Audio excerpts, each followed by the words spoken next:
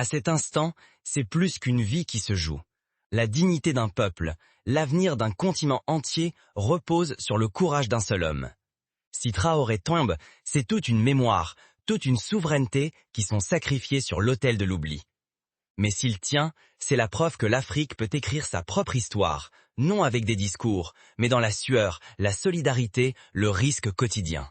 Soudain, le temps se brise. Dans ce théâtre de misère, sans casque ni discours, le président Traoré surgit. Il est seul, sans escorte, les bottes couvertes de terre rouge.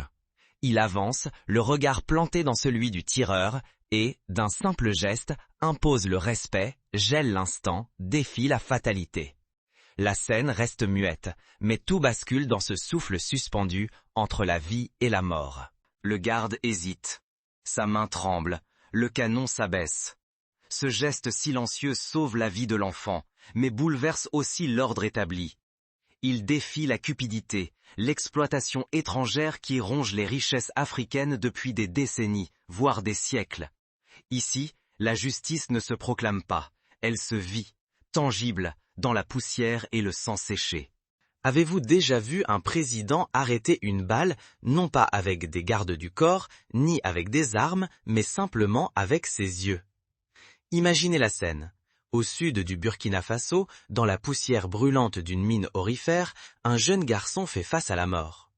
Son destin ne tient qu'à la crispation d'un doigt sur la détente, à une respiration bloquée entre peur et silence, à ce moment suspendu où tout peut basculer. Comment en est-on arrivé à ce point où un simple geste pèse plus qu'un millier de mots? Pour comprendre, plongeons dans la poussière du sud du Burkina Faso, là où tout commence. Leurs bras tremblent, leurs ventres sont creux. Le temps ne compte plus les jours, mais les blessures et les silences. On leur avait promis des salaires, des écoles, des soins. Un consortium venu d'ailleurs avait juré que l'or coulerait dans les villages, que la vie changerait. Dans les entrailles d'une mine, aucun cri ne s'élève. La poussière rouge étouffe tout. La lumière du soleil, ici, n'éclaire pas, elle écrase. Des enfants, trop jeunes, trop maigres, se courbent sous un ciel de feu, brisant des pierres qui ne leur offriront rien. Pourtant, les promesses sont restées suspendues, perdues entre contrats griffonnés et paroles envolées. Les dirigeants ne sont jamais venus voir ce que l'on fait de leur signature. Ici, la routine, c'est la violence qui ne laisse pas de marque visible. Avant ce face-à-face, la mine n'était qu'un terrain d'exploitation, de peur et de secret. Pour saisir la portée de cet instant, il faut revenir à la vie quotidienne de ceux qui y survivaient chaque jour. Imaginez des enfants, des femmes et des hommes courbés sous le soleil, la peau collée par la sueur, les mains en sang à force de briser la roche. Les papiers se froissent, les accords s'effacent d'un simple geste. Le travail forcé recommence chaque matin, chaque nuit. Les mains saignent, les dos ploient, les cœurs s'endurcissent. Les blessures ne sont pas soignées, elles sont recouvertes de poussière, comme les rêves abandonnés. C'est la mémoire qui s'effondre, la fierté qui s'efface, une dignité volée à chaque génération. Ne rien faire, c'est accepter le sacrifice silencieux de ceux qu'on ne nomme jamais.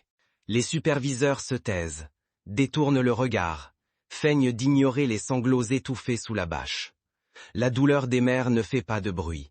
Elle se lit dans leurs yeux, se devine dans chaque geste ralenti.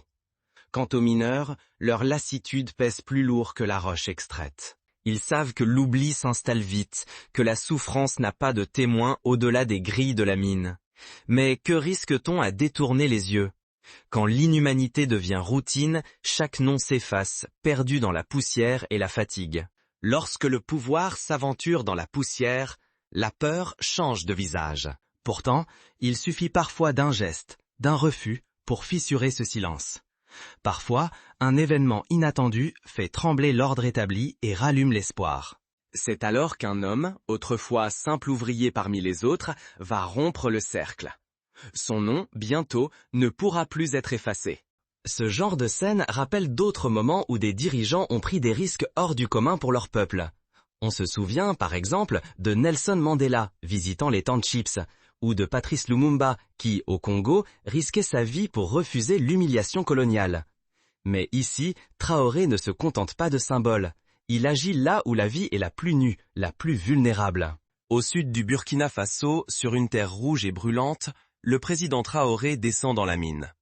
Sans escorte, sans caméra, il avance, bottes couvertes de poussière, vers ceux dont on ne retient jamais les noms.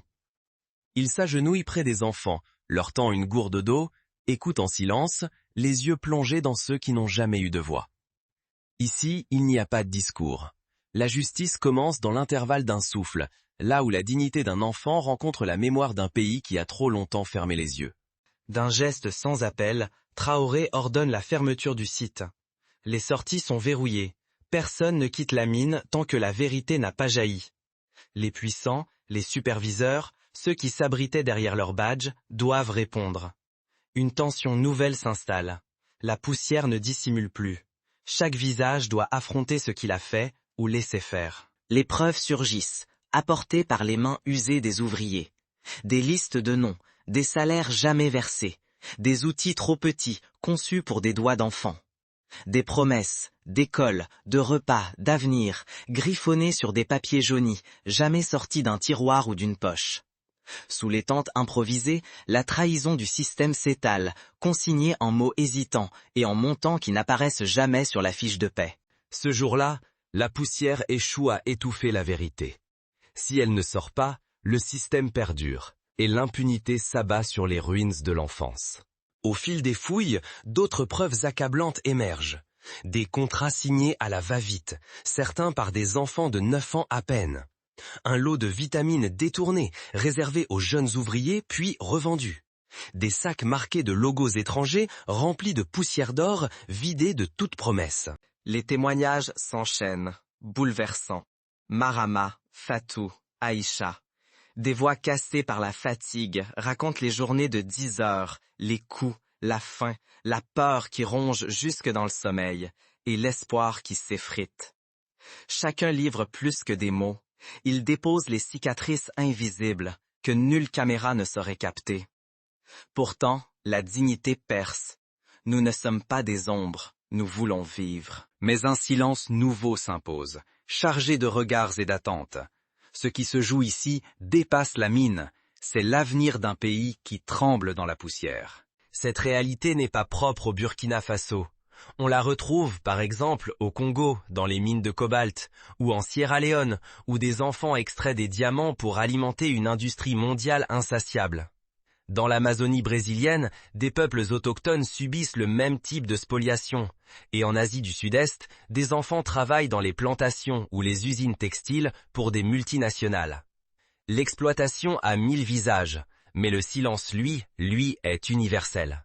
Quand la justice éclaire enfin l'obscurité, le mensonge n'a plus d'abri. Cette fois, c'est tout un pays qui retient son souffle. Ce qui se joue dans le tribunal n'est plus seulement un procès. C'est la mémoire qui réclame sa place, l'histoire qui refuse d'être enterrée. Sur les écrans, les images défilent sans relâche. On y découvre les visages des victimes, les traces indélébiles, le silence qui pèse, et la honte des dirigeants du consortium forcés de se montrer. Pour la première fois, les maîtres des coulisses doivent rendre des comptes devant le peuple, devant la vérité nue. Les témoignages s'enchaînent et font tomber les masques. Une mère raconte la nuit où Laroche a volé son fils. Une fillette se souvient avoir reconnu la faim avant de savoir lire.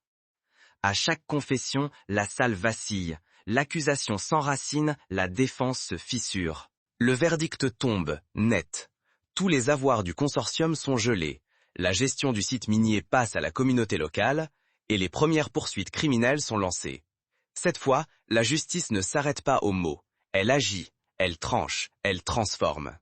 À la sortie, nul triomphe, mais un recueillement digne. On marche en silence vers l'ancienne mine. Là, chacun inscrit sur une planche de bois le nom d'un disparu. Ensemble, ils dressent un mur de mémoire.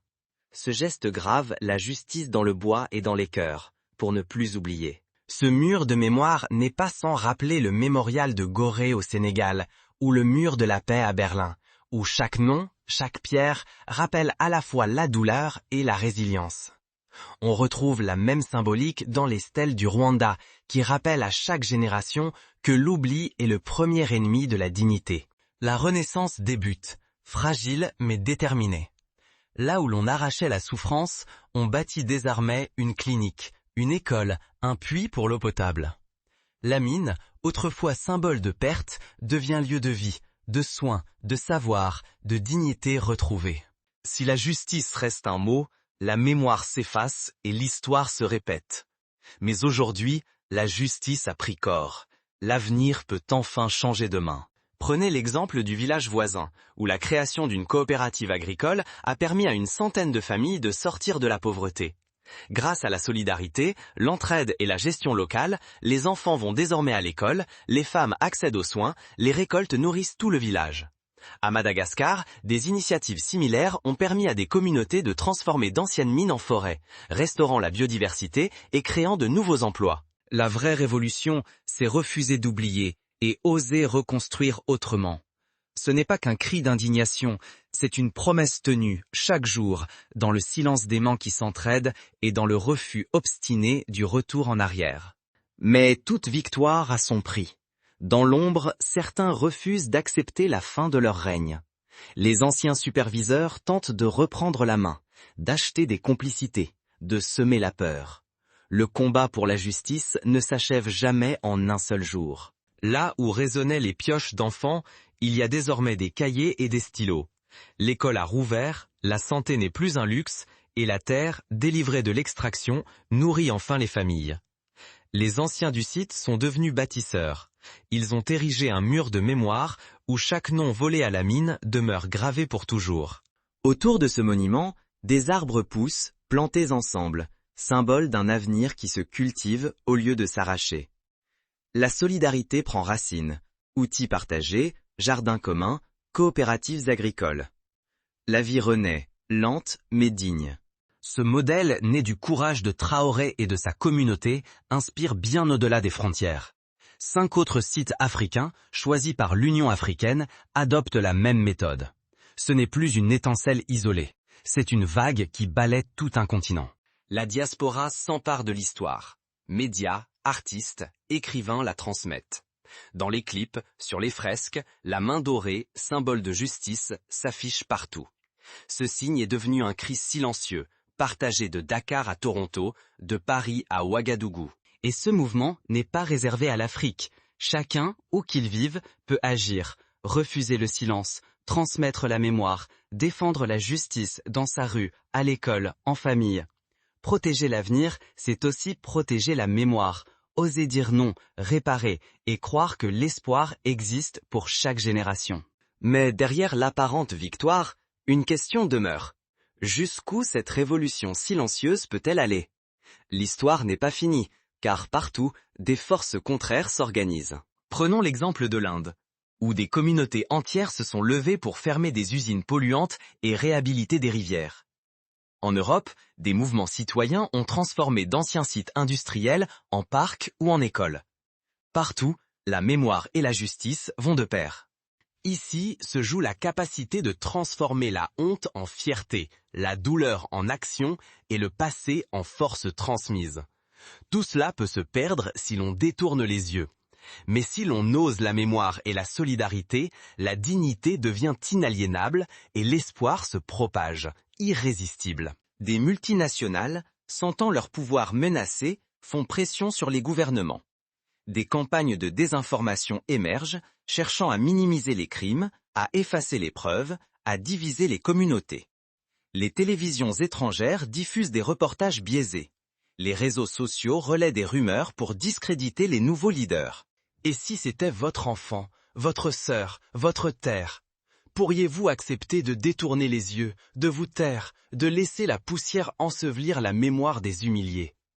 Ce qui s'est joué sous le soleil impitoyable du Burkina Faso ne concerne pas seulement quelques héros, c'est un miroir tendu à chacun de nous. Face à ces menaces, la vigilance est indispensable.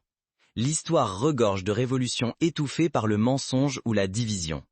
Pensons au printemps arabe, où l'espoir s'est parfois heurté à la répression et à la récupération politique. Ou à la lutte contre l'apartheid, qui n'a triomphé qu'au prix de décennies de mobilisation et d'innombrables sacrifices. Rester spectateur, c'est laisser d'autres écrire le destin à notre place. C'est donner la main aux pilleurs, aux exploiteurs, à ceux qui effacent pendant que l'on se réfugie dans le silence par crainte ou lassitude. Mais s'engager, c'est proclamer que la dignité n'est pas un privilège réservé à quelques-uns. C'est comprendre que la justice ne se décrète pas, elle s'arrache chaque jour dans la poussière, la douleur, la lutte, la mémoire partagée. Pour incarner ce message, chaque citoyen peut poser des gestes concrets. Organiser des ateliers de mémoire dans les écoles, soutenir des associations locales, écrire des lettres aux élus pour défendre la transparence dans la gestion des ressources. On peut aussi soutenir des campagnes internationales contre le travail des enfants, ou participer à des collectes de fonds pour réhabiliter des sites exploités. Aujourd'hui, la souveraineté ne se joue plus uniquement dans les palais. Elle se construit dans les mines, les villages et jusque dans nos propres cœurs. L'avenir du continent africain, la fierté de millions d'hommes et de femmes, la promesse faite à chaque enfant que sa vie a un sens, dépendent de notre courage à parler, à agir, à refuser l'effacement. La révolution silencieuse de Traoré ne vaut que si elle continue à vivre en chacun de nous. Elle ne réclame pas l'héroïsme éclatant, mais la force de refuser l'oubli. Témoigner, dire les noms, transmettre l'histoire, voilà ce qu'elle exige. Il faut aussi apprendre à nos enfants à défendre leur dignité, à chercher la vérité même quand elle blesse, à faire de la solidarité une arme contagieuse. Ne laissons pas la poussière recouvrir ces visages. N'acceptons pas que l'histoire recommence, que la mémoire s'efface, que la honte se transmette. La justice commence par la mémoire. Raconter, partager, refuser le silence, c'est écrire la suite de l'histoire. Avant de conclure, souvenez-vous, chaque geste compte. Prendre le temps d'écouter un témoignage, d'enseigner l'histoire à ses enfants, d'exiger des comptes à ceux qui dirigent, c'est déjà résister. C'est ainsi que la révolution silencieuse s'enracine, déborde, se perpétue. À vous qui regardez, ne soyez pas de simples témoins du courage des autres. Faites de cette histoire la vôtre. Portez la révolution par la parole, la mémoire, l'engagement. C'est ainsi, pas à pas, que l'on sauve des vies, que l'on restaure la dignité et que l'on protège l'avenir de tout un peuple. La poussière du Burkina Faso n'est pas qu'un décor lointain. C'est un symbole universel, celui du combat pour la dignité, mené dans l'ombre, souvent sans témoin. Mais tant que des hommes et des femmes, des enfants et des vieillards refuseront l'oubli et défendront la mémoire, rien n'est perdu. Chaque nom gravé, chaque arbre planté, chaque école ouverte est une victoire. L'histoire retiendra-t-elle ce moment? La réponse dépend de vous, de nous tous. Soyons ceux qui regardent la vérité en face, qui refusent la fatalité, qui bâtissent non pas sur la douleur, mais sur la promesse d'un avenir partagé. C'est ainsi que la justice, bien plus qu'un mot, devient une réalité vivante, contagieuse et inarrêtable. Alors, la prochaine fois que vous verrez un enfant courbé sur la poussière, souvenez-vous, il suffit d'un regard, d'un geste, d'un refus pour changer le cours de l'histoire. Osez être ce regard, ce geste, ce refus. L'avenir vous regarde et il attend votre courage.